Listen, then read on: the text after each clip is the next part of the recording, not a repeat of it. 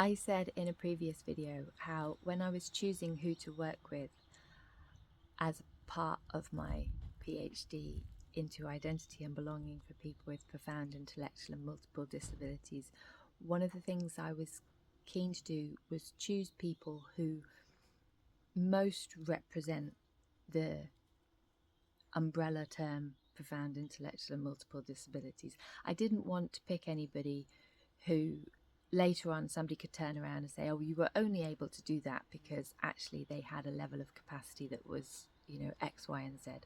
And so I was looking for, the people who appeared to be most profoundly intellectually and multiply disabled, which is a very hard thing to judge and not a realistic thing to judge either, because how can you just know that on sight? And I have said in my film about Charlena that because she wore glasses, I automatically assumed that she didn't have a profound intellectual disability. So silly things like that can happen.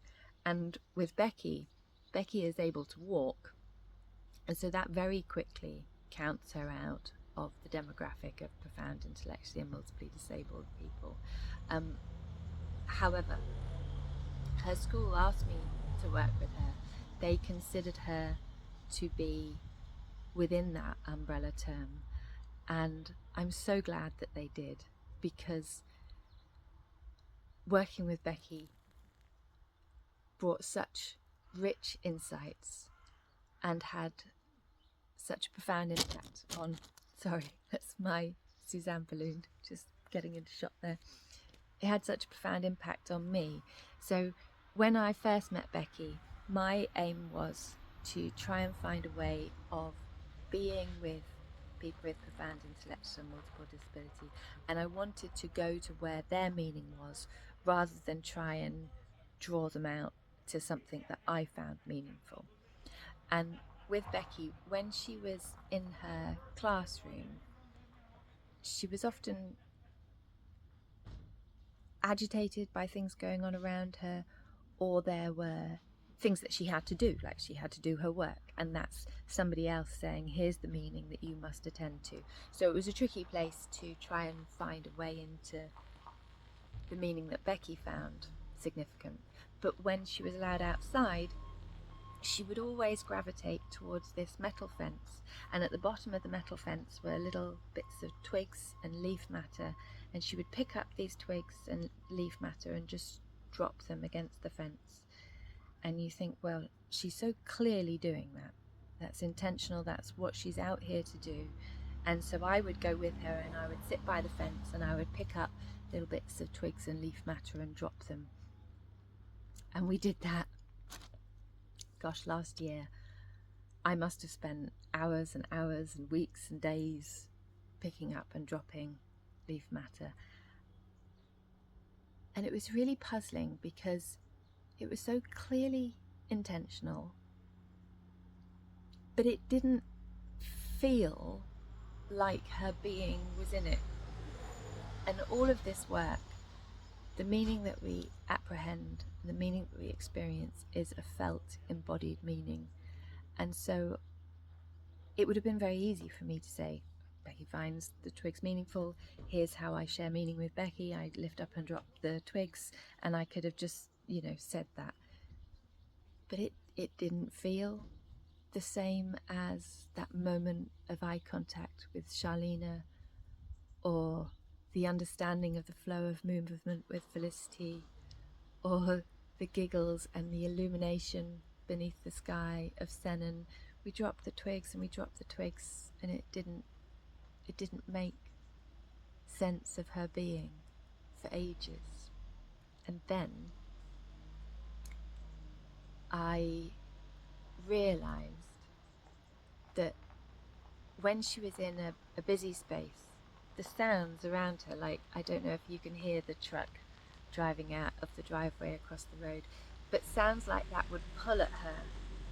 The buzz of the bees in the lavender, the glint of the balloon over there, these things would pull, they would pull at her, and it was like they pulled her out of herself. Like some of them, like the glimmer of the interactive whiteboard and the changing flickers, she would literally be almost magnetized towards and pulled over to it. And it was as if in these busy sensory environments, she was wrenched out of herself in all directions. She didn't have control of her being because other things pulling at it all the time. But when she went out and dropped the twigs, she created a patterning in the world, and that repetition soothed all the other things. And it was like the longer we spent there, the less pulled out of herself she was, the more present she was. And you could find this little space. So it wasn't, the point wasn't the dropping of the sticks. It wasn't that she was particularly interested in how the sticks dropped.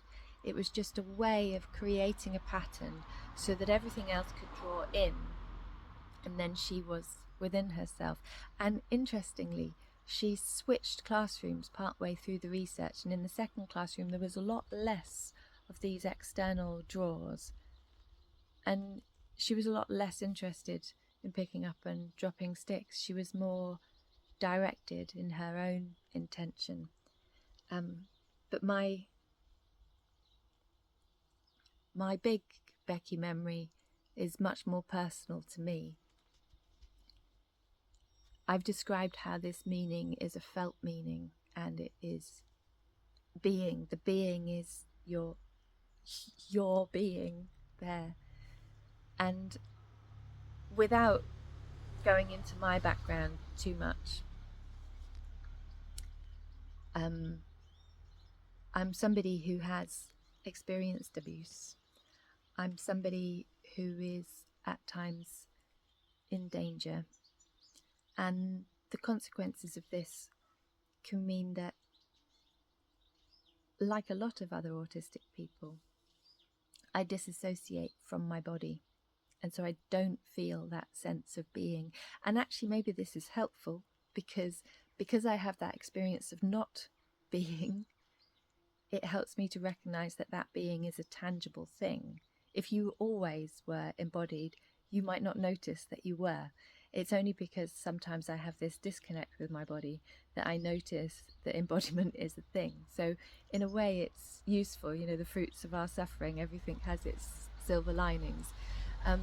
But something really rotten happened to me partway through the field work, and I was still going to work, but it's very difficult to go to work when your work is felt and embodied and you are not. So I would go in disassociated, and I'm supposed to be with people, but of course I can't, because for all that I might be able to work out where their intention is and where their being is, I hadn't got mine. And there was a day when something especially rotten had happened, and I went into the field and I was with Becky and the sticks, and you think the relief of just being by a fence and dropping these sticks, and you think, I can manage to do this. I can just notice these sticks and I can just drop these sticks.